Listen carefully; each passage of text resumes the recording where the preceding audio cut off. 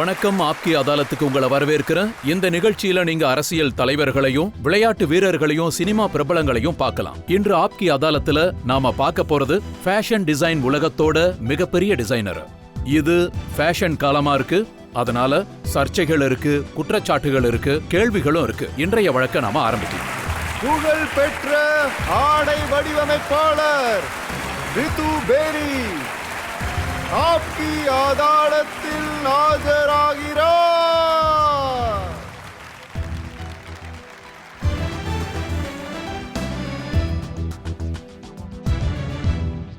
ஆப்கி அதாலத்துல இன்னைக்கு நாம குற்றச்சாட்டுகளையும் கேள்விகளையும் ஆரம்பிக்கிறதுக்கு முன்னாடி இன்று நம்மளோட நீதிபதி கல்யாண்கார் அனுமதி கொடுத்தா வழக்க ஆரம்பிக்கலாம். இந்த வழக்கை நீங்க தொடங்கலாம். இப்போ வழக்க ஆரம்பிக்கலாம். ஆப்கி அதாலத்துல முதல் குற்றச்சாட்டு ரீத்து பேரி மீது. ஆப்கி அதாலத்தில் ஆடை வடிவமைப்பாளர் ரீத்து பேரி மீது உள்ள குற்றச்சாட்டு, இவர் தன்னிச்சையாக நடந்து கொள்கிறார். ரீத்து பேரி மேம், இது உண்மையா? நீங்க வளர்ந்த குடும்பம், நீங்க சிறு வயதிலிருந்தே வளர்ந்த ஒரு கட்டுப்பாடான குடும்பம். உங்க குடும்பம் ஒரு ராணுவ கட்டுப்பாடு மாதிரி இருக்கும். ஆமா, இப்பவும் அப்படிதான் இருக்காங்க. ஆனா அப்படிப்பட்ட ஒரு ஃபேமிலியில இருந்து ஒருத்தர் தன்னிச்சையா செயல்பட்டு கட்டுப்பாடுகளை எல்லாம் உடைச்சது ரீத்து தானா? உங்களுக்கு எப்படி தெரியும்? இது உண்மையா இல்லையா? அப்படியே வச்சுக்கலாம். ஆனா உங்களோட பேரண்ட்ஸ் நீங்க டாக்டர் ஆகணும்னு ஆசைப்பட்டாங்க. இதுல கொஞ்சம் டிஃபரன்ஸ் இருக்கு. நான் தான் டாக்டர் ஆகணும்னு ஆசைப்பட்டேன். என்னோட கிராண்ட்ஃபாதர் டாக்டர். அவரை பார்த்து தான் நானும் வளர்ந்தேன். அவர் எனக்கு ஒரு பெரிய இன்ஸ்பிரேஷனா இருந்தாரு. அப்போ நான் டாக்டர் ஆகி என்னோட குடும்பத்தை பெருமைப்படுத்தணும்னு நினைச்சேன். ஆனா நீங்க மெடிக்கல் என்ட்ரன்ஸ் டெஸ்ட் எழுத போனப்போ ஒரு விஷயம் தெரிய வந்தது. அந்த என்ட்ரன்ஸ் கொஸ்டின் பேப்பர்ல நீங்க எதுவும் எழுதாம பிளாங்கா கொடுத்துட்டீங்களாமே. உங்களுக்கு எப்படி தெரியும்? நீங்க பயங்கரமான ஸ்பை. ஆமா, இது உண்மைதான். அதாவது நான் எது பண்றதா இருந்தாலும் என் முழு மனசோட பண்ணுவேன். அதாவது நான் டாக்டர் ஆகணும்னு பெரிய ஆசையோட இருந்தப்போ, சொல்லப்போனா அந்த டைம்ல நான் நிறைய படிப்பேன். மெடிக்கல் எக்ஸாம்ஸ்க்காக நான் ரொம்பவே ப்ரிப்பேர் ஆயிட்டு இருந்தேன். ஆனா என்னோட பாட்டிய பார்க்க ஒரு டாக்டர் வந்தாங்க. அதுக்கப்புறம் 2 நாள் கழிச்சு தான் எனக்கு எக்ஸாம்ஸ் இருந்தது. அதாவது அவங்க கேட்டாங்க, உங்களுக்கு தெரியுமே பிளட்டை பத்தி ரொம்ப டெக்னிக்கலா, அதாவது பாத்தீங்கன்னா பல விதமான கேள்விகள் கேட்பாங்க. நான் அப்போ நினைச்சேன், வாழ்க்கை முழுக்க என்னால இப்படி வாழ முடியாது. அதுக்கும் மேல எனக்கு பிளட்னாலே ரொம்ப பயம். எனக்கு லேட்டா புரிஞ்சுது. நான் டாக்டர் ஆனா என்னெல்லாம் செய்யணுங்கிறது எனக்கு அப்பதான் புரிஞ்சுது. அதனால எக்ஸாம்ஸ் எழுத போக மாட்டேன்னு என் பேரண்ட்ஸ் கிட்ட சொல்ல எனக்கு தைரியம் இல்லை. அதனால எக்ஸாம்க்கு போய் நான் எதுவும் எழுதாம பிளாங்கா விட்டுட்டு வந்துட்டேன். எனக்கு தெரிஞ்ச ஒரே வழி அதுதான். நீங்க அப்பதான் நினைச்சீங்களா, மக்களோட பாடிய கட் பண்றதுக்கு பதிலா அவங்க நரம்ப கட் பண்றதுக்கு பதிலா துணி தான் கட் பண்ண போறோம்னு நினைச்சீங்களா? ஆமா.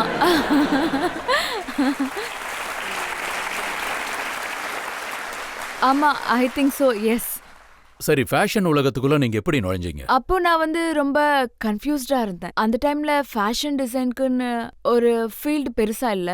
நான் ஒப்ராய் ஹோட்டல்ல உட்காந்து லஞ்ச் சாப்பிட்டுட்டு இருந்தேன். அப்போ 2 லேடிஸ் பேசினதை நான் கேட்டேன். FIT நியூயார்க் இந்தியால ஒரு ஃபேஷன் டிசைனிங் ஸ்கூல் ஓபன் பண்ண போறாங்கன்னு நான் கேட்டேன். எனக்கு ரொம்ப ஸ்ட்ரைக்கான விஷயம் என்னன்னா, மொத்த நாட்டுல இருந்தே 25 ஸ்டூடெண்ட்ஸ் தான் செலக்ட் பண்ண போறாங்க. அது எனக்கு ஒரு பெரிய சேலஞ்ச் மாதிரி தெரிஞ்சது. அந்த 25 பேர்ல நானும் ஒருத்தியா இருக்கணும்னு நினைச்சேன். அப்போ நான் அங்க போனேன். எனக்கு ஃபேஷன் டிசைன்னா என்னன்னு கூட தெரியாது. எப்படியாவது அந்த எக்ஸாமை கிளியர் பண்ணணும்னு தோணுச்சு. அதான். ஃபேஷன் டிசைன்னா என்னன்னு உங்களுக்கு தெரியுமா? கொஞ்சம் தான் தெரியும், பெருசா தெரியாது. நான் இப்பதான் தெரிஞ்சுக்கிட்டு இருக்கேன். ஆனா இது உண்மைதானா? ஃபேஷன் டிசைனிங் கோர்ஸை பாஸ் பண்ணி கிராஜுவேஷனை முடிச்சிட்டு நீங்க சில மாதங்களுக்குள்ளேயே உங்களுக்குன்னு ஒரு லேபிளை செட் பண்ணிட்டீங்க, அதுவும் ரொம்ப சீக்கிரமாவே. என்னோட ப்ராப்ளமே இதுதான். எனக்கு எல்லா விஷயமும் சீக்கிரமா நடக்கணும். நான் எப்பவுமே எல்லாத்துலயுமே அவசரப்படுவேன். அதுக்கப்புறம் நான் நிஃப்ட பாஸ் பண்ணிட்டு அதுக்கப்புறம் சில எக்ஸ்போர்ட்டர்ஸ் கிட்ட இன்டர்ன்ஷிப் ட்ரை பண்ணேன். ஆனா எனக்கு பிடிச்ச மாதிரி டிசைன் ட்ரை பண்ணாலும் அதை என்ன பண்ண அலோவ் பண்ணல. நான் விரும்புற மாதிரி என்னால டிசைன் பண்ண முடியல. நான் நினைச்ச மாதிரி அந்த கிளாத்ஸை செல் பண்ண முடியல. அப்போ நான் நினைச்சேன், எனக்குன்னு ஒரு சொந்த ஸ்டோர் வேணும் என்னோட கிளாத்ஸை செல் பண்றதுக்கு. உங்க இஷ்டப்படி செயல்பட உரிமை வேணும். கண்டிப்பா. நான் இன்னொரு விஷயமும் கேள்விப்பட்டேன். உங்க முதல் ஃபேஷன் ஷோவை உங்க விருப்பப்படி டெல்லியில இருக்கிற லோதி கார்டன்ல நீங்க நடத்தி காட்டியிருக்கீங்க. எனக்குள்ள ஒரு தைரியம் வந்துச்சு. நான் டிசைன் பண்ண கிளாத்ஸ மக்களுக்கு காட்ட முடியும்னு, ஃபேஷன் ஷோ பண்ண முடியும்னு. அந்த டைம்ல எல்லா டிசைனர்ஸும் பேங்க்வெட் ஹால்ல தான் ஷோ பண்ணுவாங்க.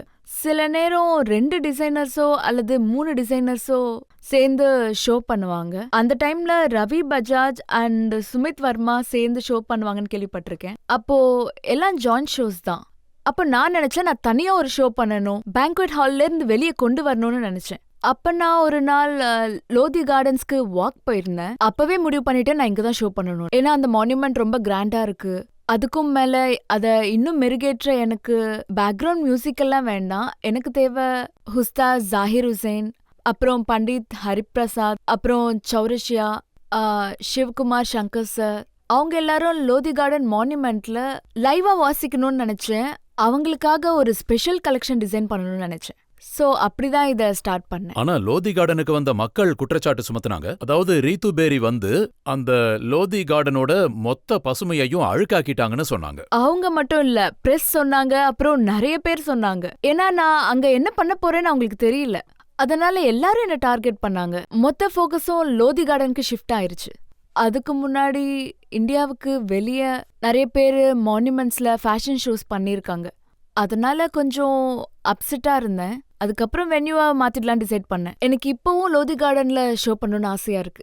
ஆனா இப்போ காலம் மாறிடுச்சு. ஜார்ஜ் புஷும் டெல்லியில ஒரு மான்யூமெண்ட் முன்னாடி வந்து ஸ்பீச் கொடுத்தாரு. நான் ஜார்ஜ் புஷா இருந்திருந்தா லோதி கார்டன்லயே நான் நினைச்ச மாதிரி ஷோஸ் நடத்தியிருப்பேன். அப்போ இந்த குற்றச்சாட்டுகள் எல்லாம் நிரூபிச்சு காட்டுது. உங்க இஷ்டப்படி இருப்பீங்க, பிடிவாதமா இருப்பீங்க, ஸ்டபனா இருப்பீங்க. அது மட்டும் இல்லாம இதுல இருந்து நீங்க எப்பவும் மாறுற மாதிரியே தெரியல. இல்ல, நான் அப்படி என்ன மாத்திக்கிட்டா நான் ஒரு கிரியேட்டிவா டிசைனரா இருக்க முடியும்னு எனக்கு தோணல. உங்க டிசைன்ஸ பத்தி நிறைய குற்றச்சாட்டு இருக்கு. ஒரு பெரிய லிஸ்டே இருக்கு. இப்போ ஒரு சின்ன பிரேக் எடுத்துக்கலாம். பிரேக் அப்புறம் ரீத்து பேரி மீது மக்களின் விசாரணை தொடரும்.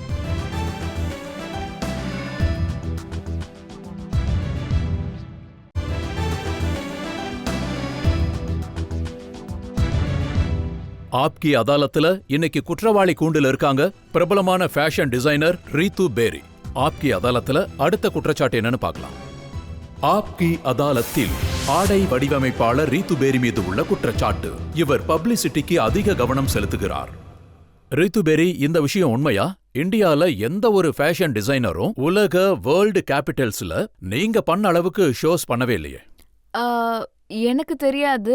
ஏன்னா நான் மத்த டிசைனர்ஸ் என்ன பண்றாங்க, எவ்வளோ ஷோஸ் பண்ணிருக்காங்கன்னு நான் கணக்கு வச்சுக்கல. ஆனா நான் நிறைய ஷோஸ் பண்ணிருக்கேன், நிறைய எக்ஸ்பீரியன்ஸ் கிடைச்சிருக்கு. ஆனா நான் உங்களோட ஃபுல் ரெக்கார்டு வச்சிருக்கேன். I know that. எனக்கு இந்த ரெக்கார்ட்ஸ் தேவைப்படுது. அதை நான் என் ஆர்கைவ்ஸ்க்கு வச்சுக்குவேன். அதே மாதிரி நீங்க ஷோஸ் பண்ணி எடுத்துக்கிட்ட பப்ளிசிட்டி அளவுக்கு வேற எந்த டிசைனரும் எடுத்துக்கல. என்னோட ஒர்க்கை மக்கள் கிட்ட கொண்டு போய் சேர்த்ததுக்கு நான் பிரஸ்க்கு நன்றி சொல்லணும். சில பேர் நல்லதா சொன்னாங்க, சில பேர் மோசமா சொன்னாங்க. அதாவது நம்ம ஒரு பிளாட்ஃபார்ம்ல இருக்கும்போது உலகத்துக்கு தெரியற மாதிரி இருந்தா சில பேருக்கு அது பிடிக்கும், சில பேருக்கு அது பிடிக்காது. ஆனா நான் பிரஸ்ஸோட கையை பிடிச்சி என்னை பத்தி எழுதுங்கன்னு நான் சொல்லல. அவங்க நம்பின விஷயத்த அவங்க எழுதுனாங்க. நானும் அதே மாதிரி அவங்க எழுதுற அளவுக்கு தகுந்த வேலையை நான் பார்த்துருக்கேன். அதனால ஒரு டிசைனருக்கு பப்ளிசிட்டி ரொம்ப முக்கியம். அதை நான் ஒத்துக்கிறேன். நம்ம ஏதாவது ஒரு விஷயம் செஞ்சு மக்களை போய் அது சேரலன்னா அதுல என்ன அர்த்தம் இருக்கு? பிரஸ் அதை பத்தி எழுதலன்னா மக்கள் எப்படி அதை பத்தி தெரிஞ்சுப்பாங்க? ஆனா உங்க ரைவல் ஃபேஷன் டிசைனர் சில பேர் சொல்றாங்க, எங்களுக்கு பப்ளிசிட்டி கிடைக்கிறதில்ல, ரீத்து பேரிய பத்தி பேப்பர்ஸ்ல எதுக்கு வருதுன்னா அவங்க அழகா இருக்கிற காரணத்தினால தான் சொல்றாங்க. முதல்ல நான் சொல்லணும், இந்த பிளாட்ஃபார்மை யூஸ் பண்ணி சோ கால்டு ரைவல் டிசைனர்ஸ்க்கு நன்றி சொல்றேன். ஏன்னா இது வரைக்கும் அவங்கள சந்திச்சதே இல்ல. என்ன நேர்ல பார்த்தா ரொம்ப பாசமா பேசுவாங்க, பெஸ்ட் ஃப்ரெண்ட்ஸ் மாதிரி நடந்துப்பாங்க. ஆனா ஒரு விஷயம், அவங்க என்ன பத்தி இப்படி நினைக்கிறாங்கன்னா அவங்க என்ன ஒரு பாலிவுட் ஸ்டார் மாதிரி ஃபீல் பண்ண வச்சிருக்காங்க. எப்பவுமே என்னை பத்தி ரொம்ப காம்ப்ளிமெண்ட்ஸ் கொடுத்துருக்காங்க. அதுக்காக நான் அவங்களுக்கு நன்றி சொல்லிக்கிறேன். ஆனா 15 வருஷம் லுக்ஸை மட்டும் வச்சுக்கிட்டு நாம வேலை பண்ணிக்கிட்டு இருக்க முடியாது. அழக மட்டும் வச்சு நம்ம நம்பிக்கிட்டு இருக்க முடியாது. பெரிய பெரிய அழகான மூவி ஆக்ட்ரஸ் கூட 15 வருஷமா சஸ்டெயின் பண்ண முடியாது. ஆனா சில பேர் என்ன சொல்றாங்கன்னா ரீத்து பேரி டிசைனர் ஆகிறதுக்கு பதிலா ஆக்ட்ரஸ் ஆயிருக்கலாம்னு சொல்றாங்க. மேபி அந்த டைம் கடந்துருச்சு. சில நேரம் நானும் யோசிப்பேன் ஃபன்னா இருந்திருக்கும்னு டிஃப்ரெண்ட் ரோல்ஸ் பண்றதுக்கு. பட் அது அவ்வளோ ஈஸியா இருந்தா அவங்க பிளாஸ்டிக் சர்ஜரி பண்ணிக்கலாம். என்ன மாதிரி லுக் வந்தாலே அவங்க சக்சஸ் ஆயிடுவாங்கல்ல. குற்றச்சாட்டு என்னன்னா உங்களுக்கு ஃபேஷன் டிசைனிங்க பத்தி எதுவும் தெரியாது. நீங்க யூஸ் பண்றது உங்க ரைவல்ஸ் அடிக்கடி சொல்றது என்னன்னா ரீத்து பேரி புஷியா இருக்காங்க, அவங்க கனெக்ஷன்ஸை பயன்படுத்துறாங்க, அவங்க நெட்வொர்க்கை யூஸ் பண்றாங்க, அதனாலதான் பப்ளிசிட்டி கிடைக்குது, பேர் வருதுன்னு சொல்றாங்க. எவ்வளோ ஈஸியா இருக்கும் ஒரு பிஆர் ஏஜென்ட்டோ இல்ல பிஆர் ஏஜென்சியோ திறந்து நெட்வொர்க் அப்புறம் கனெக்ஷன்ஸ் வச்சு பப்ளிசிட்டி எடுத்துக்கிறதுக்கு. பட் அது உண்மைன்னு நான் நம்பல. நமக்கு இன்டெலிஜென்ஸ் ஆடியன்ஸ் இருக்காங்க, நல்லா புரிஞ்சுக்க கூடிய மக்கள் இருக்காங்க, கனெக்ஷனோட வர பிஆர்னு அவங்களுக்கு நல்லா தெரியும். நான் ரொம்ப லக்கி, எனக்கு ரொம்ப நல்ல ஃப்ரெண்ட்ஸ் கிடைச்சிருக்காங்க. அவங்க ஃபேமஸ் பர்சனாலிட்டிஸ், உங்கள மாதிரி வெல் கனெக்டடா இருப்பாங்க, ரொம்ப பவர்ஃபுல்லானவங்க. ஆனா இதெல்லாம் என்னோட லக், எனக்கு அவங்கள தெரியும். ஆனா நம்ம யாரையும் ஃபோர்ஸ் பண்ணி அவங்கள நம்ம ஃப்ரெண்ட்ஸ் ஆக்கிக்க முடியாது. நான் என் ரிலேஷன்ஷிப்பை பிஸ்னஸ்க்கு யூஸ் பண்ணல, அப்புறம் ரிலேஷன்ஷிப்க்கு யூஸ் பண்ணல. இது உண்மையா? நீங்க நிறைய கேட்டி ஹோம்ஸ், நிக்கல் கிட்மேன் இந்த மாதிரி செலிபிரிட்டிஸ்க்கு நீங்க டிசைன் பண்ணிருக்கீங்க. அது மூலமா உங்களுக்கு பப்ளிசிட்டி கிடைக்கும், நியூஸ் பேப்பர்ஸ்ல பேர் வரும்னு இப்படியெல்லாம் பண்ணீங்களா? நான் ரொம்ப லக்கி. இவங்கள மாதிரி ஒரு அழகான வேர்ல்ட் செலிபிரிட்டிஸ்க்கு எனக்கு டிசைன் பண்ண சான்ஸ் கிடைச்சது. ஆனா நான் கேட்டி ஹோம்ஸ்க்கு டிசைன் பண்ணப்போ அது யாருக்குமே தெரியாது. நான் பிரஸ்க்கு சொல்லவே இல்ல, அது அவங்களே தெரிஞ்சுக்கிட்டாங்க. நான் இத பத்தி பிரஸ் கிட்ட சொல்லவே இல்ல. பட் ஒருவேளை நான் தும்முனாலும் இவங்களுக்கு நிமோனியா இருக்குன்னு அதையே ஒரு பெரிய நியூஸ் ஆக்கிடுவாங்க. உங்களையே எடுத்துக்கோங்க, உங்களுக்கு என்ன பத்தி எல்லாமே தெரியும். அதனால இத நான் பப்ளிசிட்டிக்காக பண்ணேன்னு சொல்ல முடியாது. அதாவது இந்தியன் ஃபிலிம் ஸ்டார்ஸோட உங்களுக்கு நல்ல நட்பு இருக்கு, ரேகாவோட நீங்க ரொம்ப க்ளோஸா இருக்கீங்க, மாதுரி தீட்சித்துக்கு நீங்க டிசைன் பண்ணிருக்கீங்க. ஆமா, அது உண்மைதான். அப்போ இதெல்லாம் பண்ணாதானே பேஜ் 3ல உங்க போட்டோஸ் வரும். ரேகா நான் அட்மையர் பண்ற ஒருத்தர். எனக்கு அவங்கள ரொம்ப பிடிக்கும். என்னோட வெட்டிங்க்கும் அவங்க வந்திருந்தாங்க. என் வெட்டிங்ல எனக்கு எந்த ஒரு பப்ளிசிட்டியும் நான் எதிர்பார்க்கல. சொல்லப்போனா மாதுரி தீக்ஷித் ரொம்ப ஃபேமஸ். அவங்க எது பண்ணாலும் உடனே பேப்பர்ல நியூஸ் வந்துரும். நான் அவங்க க்ளோத்ஸை டிசைன் பண்ணேன், அதனால தான் அது பிரஸ்ல வந்தது. ஆனா பப்ளிசிட்டிக்காக நான் அது ஆனா பண்ணல. இது உண்மைதானே, ரீத்து பேரி ரொம்ப ஃபேமஸ், அவங்க என்ன பேசினாலும் பிரஸ்ல உடனே வந்துரும். இந்த விஷயத்த நானும் கேள்விப்பட்டிருக்கேன். அதுக்காக நீங்க சில நேரம் ஸ்டண்ட் எல்லாம் பண்ணுவீங்களாமே? எந்த மாதிரி? உதாரணத்துக்கு நீங்க உங்க புக்கை ரிலீஸ் பண்ணீங்க, அது கிட்டத்தட்ட 1 லட்சம் ரூபா புக். இது ஸ்டண்ட் இல்லையா? எனக்கு தெரிஞ்ச ஸ்டண்ட் என்னன்னா, நான் புக் எடுத்துட்டு பறந்து அதை காட்டி ஷோ ஆஃப் பண்றது. ஆனா இந்த புக்கை பத்தி சொல்லணும்னா, நான் ஒன்னு ட்ரை பண்ணா மக்கள் அதை வேற விஷயத்துல ஃபோக்கஸ் பண்றாங்க. நான் என்ன நீங்க ட்ரை சொல்றத பண்ணேன்னா, பார்க்கும்போது நீங்க அவ்வளவு இன்னோசன்ட் மாதிரி தெரியலையே.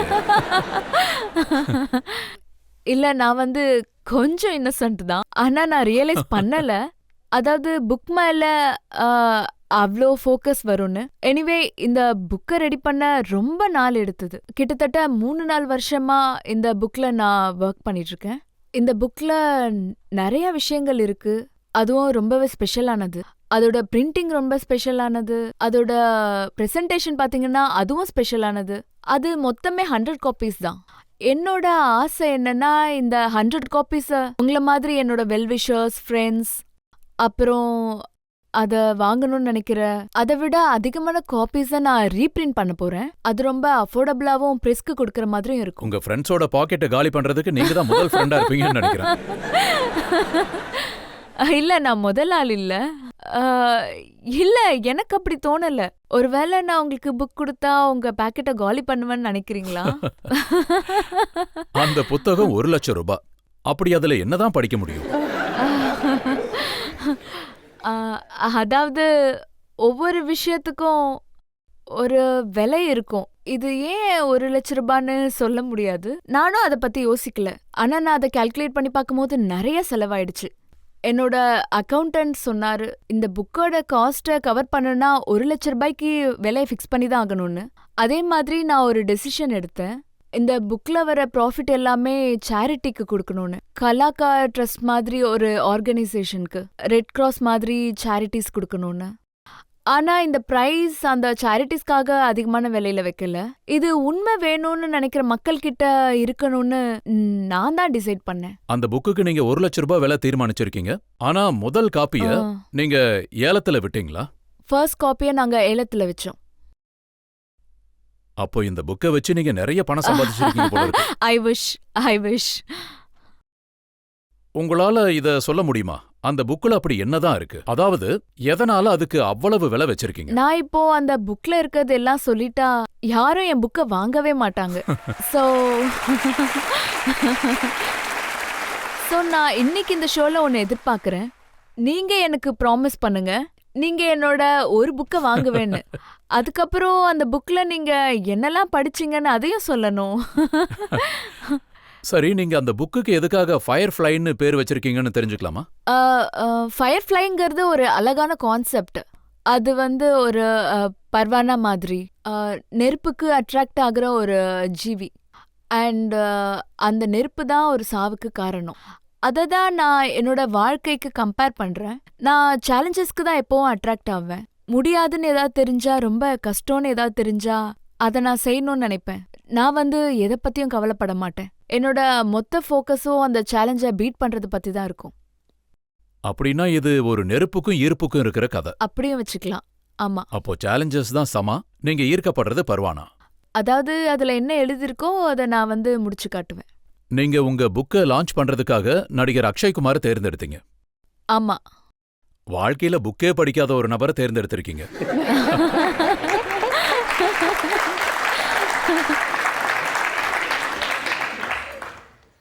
இல்ல, என்னோட புக்ல நிறைய போட்டோகிராஃப்ஸ் இருக்கு. அதை நீங்க வாங்கும் போது உங்களுக்கு தெரியும். சொல்ல போனா என்னோட புக்ல நிறைய பிக்சர்ஸ் இருக்கு. அக்ஷய நான் தேர்ந்தெடுத்தது அவர் என்னோட புக்ஸ படிப்பாருன்றதுக்காக இல்ல. அதாவது நீங்க பாத்திருப்பீங்க, நேத்து கூட பாத்திருப்பீங்க, என் புக்குக்கு நிறைய ஹார்ட் சிம்பிள்ஸ் இருக்கு. அதெல்லாம் ஹார்ட் கான்செப்ட சுத்தி தான் இருக்கு. அண்ட் அக்ஷய்க்கு ரொம்ப பெரிய மனசு இருக்கு. அவரு என் புக்கை ரிலீஸ் பண்ணணும்னு நினைச்சேன். அவர் எனக்கு ரொம்ப நல்ல ஃப்ரெண்ட்.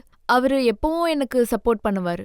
அந்த ஹானரை அவரு தான் பண்ணணும்னு ஆசைப்பட்டேன். நான் பார்த்தேன் உங்க புக் லான்ச்சோட டிசைன்ல கூட உங்க இன்விடேஷன் கார்டு ஹார்ட் ஷேப்ல இருந்தது. ஆமா, எல்லாம் ஹார்ட் தான். அத வாங்குறவங்களுக்கும் பெரிய ஹார்ட் இருக்கணும். இப்ப நாம ஒரு பிரேக் எடுத்துக்கலாம். பிரேக் அப்புறம் ரீத்து பேரி மீது மக்களின் வழக்கு தொடரும்.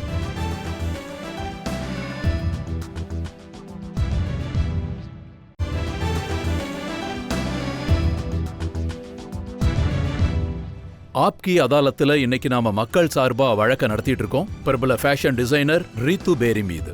ஆப்கி அதாலத்துல அடுத்த குற்றச்சாட்டு என்னன்னு பார்க்கலாம். ஆப்கி அதாலத்தில் ஆடை வடிவமைப்பாளர் ரீத்து பேரி மீது உள்ள குற்றச்சாட்டு. இவர் எல்லோரிடமும் சண்டையிடுகிறார். இப்ப நானும் வந்ததிலிருந்து பாத்துக்கிட்டு தான் இருக்கேன். நீங்க இங்க வந்தும் சண்டை போடுறீங்க. ஒருவேளை நான் இங்க ஸ்ட்ராங்கா பேசலனா என்ன காலி பண்ணி அனுப்பிச்சிருவீங்களே.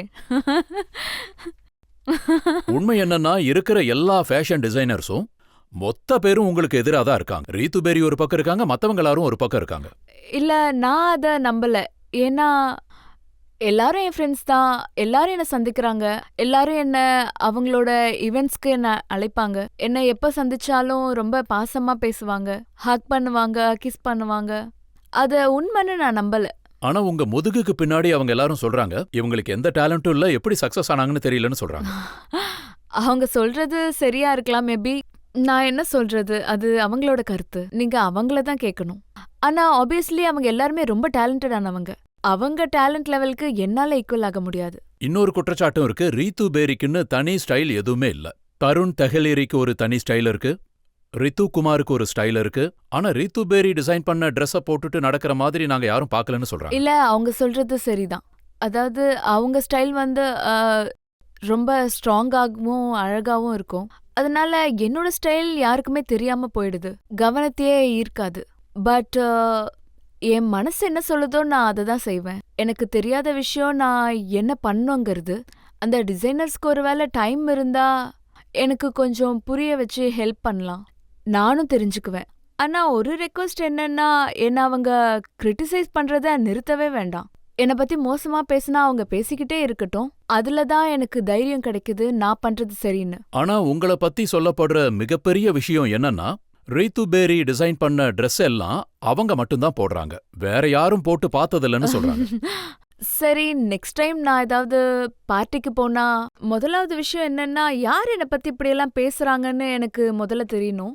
அப்பதான் என்னோட கிளைண்ட்ஸ் இன்ட்ரடியூஸ் பண்ண முடியும், என்னோட டிசைன்ஸை காட்டலாம், என்னோட ட்ரெஸ்ஸஸை யார் போடுறாங்களோ எனக்கு ஒரு பாயிண்ட் கிடைக்கும். நான் பார்ட்டிக்கு போய் இவங்க என்னோட டிசைனை போட்டிருக்காங்கன்னு சொல்லலாம். ஆனா இந்த 15 வருஷத்துல நானே டிசைன் பண்ண ட்ரெஸ்ஸை போட்டுட்டு நான் இவ்ளோ தூரம் வந்திருக்க முடியாது. ஏதோ ஒரு காரணத்தினால மத்த எல்லா ஃபேஷன் டிசைனர்ஸும் உங்க மேல கோவத்துல இருக்காங்க போல இருக்கு. நான் கேள்விப்படுறேன் நீங்க இப்போ சொன்ன மாதிரி. ஏன்னா என் முன்னாடி யாருமே கோவப்படுறது இல்ல. ஒருவேளை அவங்க கோவமா இருக்காங்கன்னா நான் ஏதோ ஒரு விஷயத்த நல்லா தான் பண்றேன். அதனால அவங்களுக்கு அது அன்கம்ஃபர்டபுளா இருக்கு, வருத்தத்தை கொடுக்குது. ஆனா என்னோட இன்டென்ஷன் அவங்கள வருத்தப்படுத்துறதுல இல்ல. அதனால அவங்க அப்செட் ஆகுறாங்கன்னா நான் அவங்க கிட்ட மன்னிப்பு கேட்டுக்கிறேன். ஆனா இது இந்தியால மட்டும் இல்ல, நீங்க பாரிஸ் போனப்போ ரொம்ப பெரிய பிரச்சனையாச்சு. பாரிஸ்ல ஹவுஸ் ஆஃப் ஷெரரோட நீங்க அசோசியேட் ஆனீங்க. அதுக்கப்புறம் நீங்க அங்கேயும் சண்டை போட்டுட்டு வந்துட்டீங்க. அதாவது ஷெரர் வந்து ரொம்ப பெரிய ஃபேஷன் ஹவுஸ். அண்ட் நாங்க சண்டை போடல. நான் என் மனசு சொன்னதை தான் செஞ்சேன். இதுக்கு முன்னாடி என் மேல ஒரு குற்றச்சாட்டு சுமத்துனீங்க, நான் ஒரு ஸ்டபன்னு. எனக்கு தெரிஞ்சு அதான் உண்மையிலேயே அங்க நடந்ததுன்னு சொல்லுவேன். ஏன்னா எனக்கு ஷெரரோட கான்ட்ராக்ட் இருந்தது. அதுல வந்து சில கண்டிஷன்ஸ் இருந்தது. அதாவது வருஷத்துல 2 தடவை அங்க ஃபேஷன் ஷோஸ் நடக்கும். நான் எவ்ரி மந்த் இந்தியாவுக்கு வந்துட்டு போவேன். என்கிட்ட ஒரு பெரிய டீம் இருந்தது. அண்ட் க்ளோத்ஸ் டிசைன் பண்ண ஒரு ஸ்பெசிஃபிக்கல் ஸ்டைல்ஸ் எல்லாம் இருந்தது. அதை தான் ஃபாலோ பண்ணிட்டு இருந்தோம். முதல் 1.5 வருஷம் ரொம்ப நல்லா தான் போய்கிட்டு இருந்தது. அதுக்கப்புறம் அந்த ஓனர்ஸ் ஹவுஸை செல் பண்றதுக்கு டிசைட் பண்ணாங்க. பாரிஸ்ல இது காமனா நடக்கிற விஷயம். ஃபேஷன் ஹவுசஸ் ஒரு மேனேஜ்மெண்ட்ல இருந்து இன்னொரு மேனேஜ்மெண்ட்க்கு அப்பப்போ மாறிக்கிட்டே இருக்கும். டிசைனர்ஸ் மாறிக்கிட்டே இருப்பாங்க. அது ஒரு பெரிய காம்ப்ளிமெண்ட் தான். நாங்க மேனேஜ் பண்ணி, நான் இல்ல, அந்த ஓனர்ஸ் மேனேஜ் பண்ணி கம்பெனியை வித்தாங்க. நல்ல கம்பெனில ஒரு நல்ல விலைக்கு வித்தாங்க. அவங்க வந்ததுக்கு அப்புறம் ஒரு பிசினஸ் மைண்டடா நடந்துக்கிட்டாங்க. அவங்க வந்து டிசைட் பண்ணாங்க, இனிமே இதுக்கப்புறம் 2 ஃபேஷன் ஷோஸ் நடத்த வேண்டாம், கிளாத்ஸை ரெடி பண்ணி அதை ரேக்ல வச்சு நடத்தணும்னு சொன்னாங்க.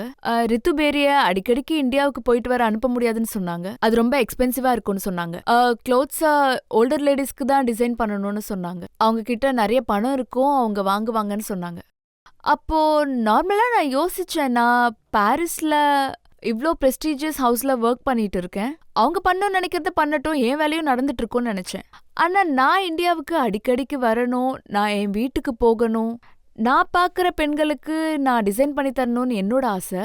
எனக்கு ஃபேஷன் ஷோஸ் பண்ணணும், க்ளோத்ஸை ஒரு கடையில் ரேக்ல வைக்க எனக்கு பிடிக்காது. அதனால நான் அவங்களுக்கு சொன்னேன், என்னை மன்னிச்சிருங்க, நான் இந்த கண்டிஷன்ஸ்ல ஒர்க் பண்ண முடியாதுன்னு சொன்னேன். எனக்கு தெரிஞ்சு நான் பண்ணதெல்லாம் என்னோட பேஷன் தான். எனக்கு பிடிச்சதை தான் நான் பண்ணணும். இன்னொரு விஷயம் சொல்றாங்க, இப்ப நீங்க ஒரு புது சண்டையை தொடங்கி இருக்கீங்க. 2 ஃபேஷன் வீக்ஸ் நடக்க போகுது. ஒன்னு லாக்மே ஃபேஷன் வீக், இன்னொன்னு FDCI ஃபேஷன் வீக். நான் FDCI ஃபேஷன் வீக்ல பார்ட்டிசிபேட் பண்ண மாட்டேன்னு நீங்க நான் சொல்லிருக்கீங்க. அவ்வளோ பெரிய சண்டைக்காரி இல்ல. அதோட நான் வந்து எந்த சண்டையும் ஆரம்பிக்கல.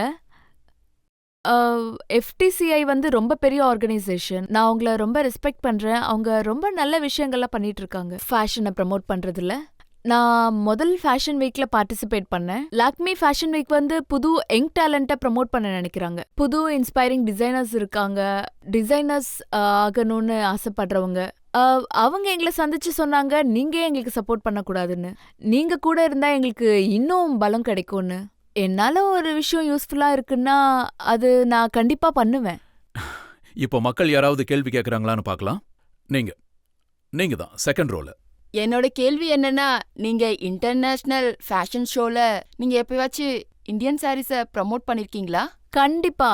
உண்மையை சொல்லணும்னா என்னோட முதல் ஃபேஷன் ஷோ நான் பாரிஸ்ல பண்ணேன். வேற எங்க பண்ணாலும் அது ரொம்ப இந்தியனாவும் ரொம்ப ட்ரெடிஷ்னலாவும் தான் இருக்கும். இந்தியன் சாரி தான் உலகத்திலே ரொம்ப அழகான ட்ரெஸ்ன்னு நான் நம்புறேன். இந்தியாவில் மட்டும் இல்ல, ஒரு பெண்ணுக்கு சாரியை விட வேற எதுவும் அழகு இல்ல. நான் அதனால ரொம்ப முயற்சி பண்ணிருக்கேன். ஆனா இந்த பெரிய ஃபேஷன் வேர்ல்ட்ல நான் ஒரு சின்ன பகுதி தான். ஆனாலும் நான் முயற்சி பண்ணிக்கிட்டே தான் இருப்பேன். ரொம்ப நன்றி. தேங்க்யூ. இது உண்மையா?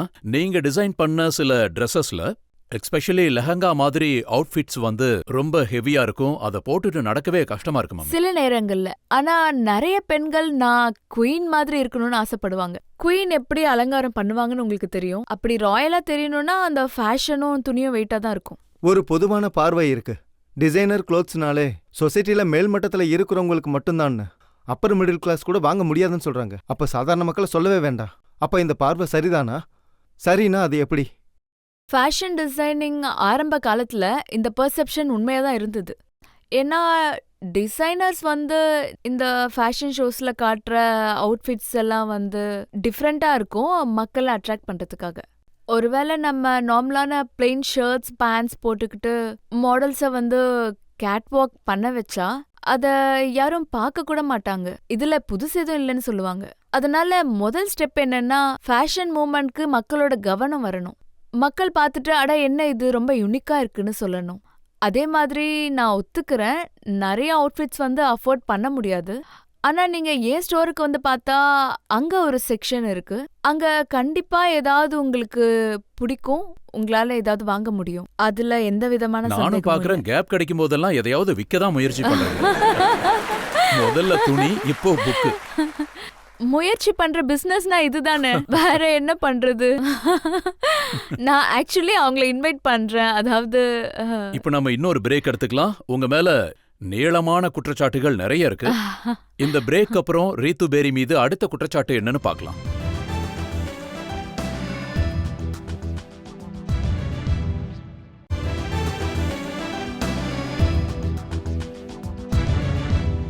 ஆப்கி அதாலத்துல இன்னைக்கு நம்ம குற்றச்சாட்டுகளுக்கு இடையில் உள்ளார் பிரபலமான ஃபேஷன் டிசைனர் ரித்து பேரி. ஆப்கி அதாலத்துல அடுத்த குற்றச்சாட்டு என்னன்னு பார்க்கலாம். ஆப்கி அதாலத்தில் ஆடை வடிவமைப்பாளர் ரித்து பேரி மீது உள்ள குற்றச்சாட்டு. இவர் வேண்டுமென்றே சர்ச்சைகளை உருவாக்குகிறார். ரித்து பேரி, இந்த விஷயம் உண்மையா?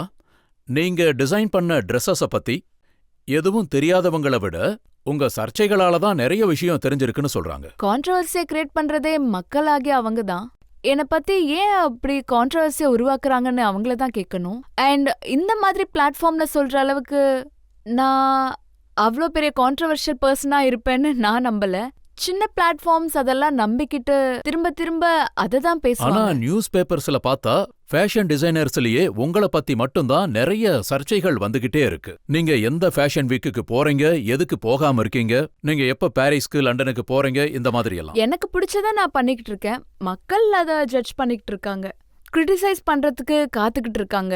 நான் பண்றது நல்லதா இல்ல கெட்டதான்னு குறை சொல்றதுக்காக காத்துக்கிட்டு இருக்காங்க, சர்ச்சைகளை உருவாக்குறாங்க. இதெல்லாம் அவ்வளோ ஈஸி இல்லைன்னு நீங்க புரிஞ்சுக்கணும். அதனால நான் என்ன சுத்தி ஒரு சின்ன குக்குன் மாதிரி ப்ரொடெக்ட் பண்ணிட்டு இருக்கேன். என் வேலையில கவனம் செலுத்துறேன். ஆனா இதெல்லாம் பாக்குறவங்களோட கருத்து. ஆனா நீங்க உங்க ஃபாதரோட ஹாலிடேக்கு போனாலும் அத பத்தி கூட நியூஸ் பேப்பர்ஸ்ல ஏதாவது ஒன்னு எழுதுறாங்க. பாத்தீங்களா, இததான் நான் ரீசனே இல்லாம கான்ட்ரவர்சியை கிரியேட் பண்றதுன்னு சொல்றேன். நான் என் ஃபாதரோட இருந்தாலும் ஒரு வயசான ஆளோட ஹாலிடேக்கு போயிருக்கான்னு மக்கள் பேசுவாங்க. இதை வச்சே நீங்க புரிஞ்சுக்கலாம்னு நினைக்கிறேன். நான் இதுவரைக்கும் எந்த ஒரு ஃபேஷன் டிசைனர்ஸும் ரீத்து கலக்கிட்டாங்கன்னு சொல்லி கேள்விப்பட்டதே இல்ல. இல்ல, அவங்க எப்படி நான் இதெல்லாம் சொன்னது ஃபிக்ஸ் பண்ணாங்கன்னு சொன்ன மாதிரி தெரியல. அதாவது பாத்தீங்கன்னா நான் என் ஃப்ரிட்டர்னிட்டில இருக்கிறது என்னோட டிசைனர்ஸ் கிட்ட அப்ரிசியேஷன் கேட்கவே இல்லை. அவங்க ரொம்ப நல்லா பண்றாங்க, அவங்க நினைச்சத பண்றாங்க.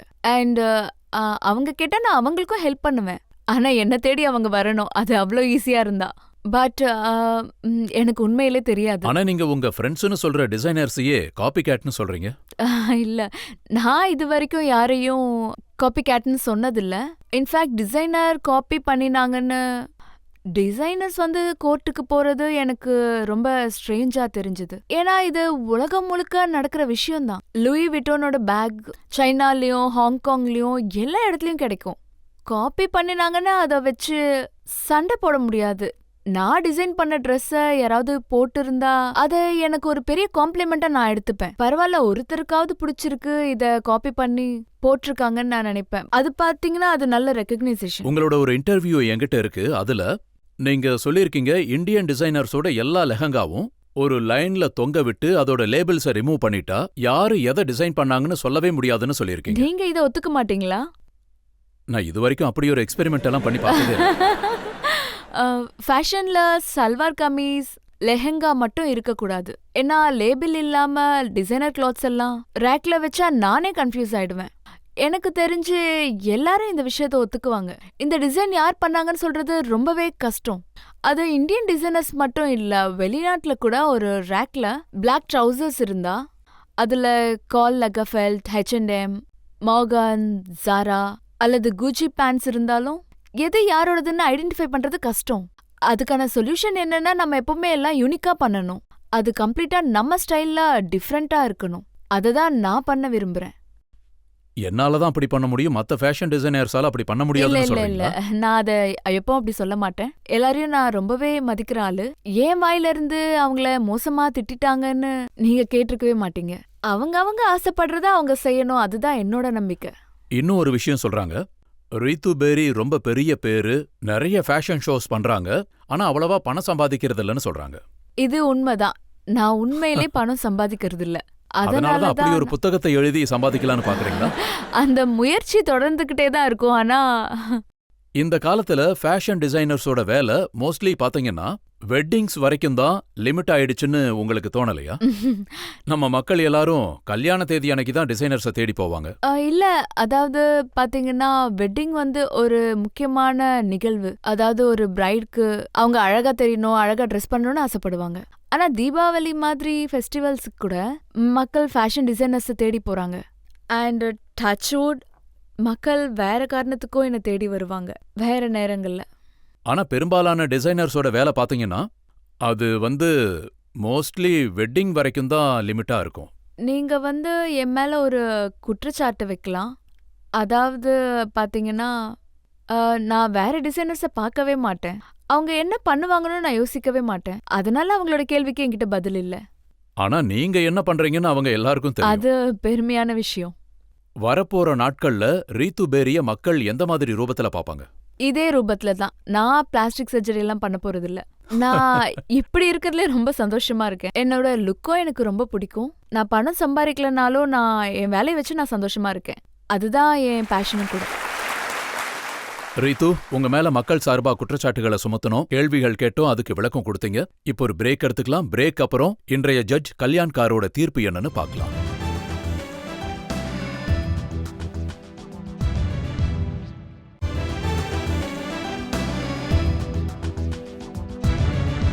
ஆப்கி அதாலத்துல இன்னைக்கு நாம பிரபல ஃபேஷன் டிசைனர் ரீத்து பேரி மீது குற்றச்சாட்டுகளை சுமத்தணும், அவங்களுக்கு ஏற்பட்ட சர்ச்சைகளை பத்தியும் கேட்டோம். அப்புறம் அவங்க எழுதின காஸ்ட்லியான 1 லட்சம் ரூபாய் புத்தகத்தை பத்தியும் கேட்டு தெரிஞ்சுக்கிட்டோம். அவங்களுக்கு பிடிச்ச மாதிரி எப்படி ஃபீல்டுல இருக்காங்கன்னு தெரிஞ்சுக்கிட்டோம். இப்ப நமக்கு தீர்ப்புக்கான நேரம் வந்துருச்சு.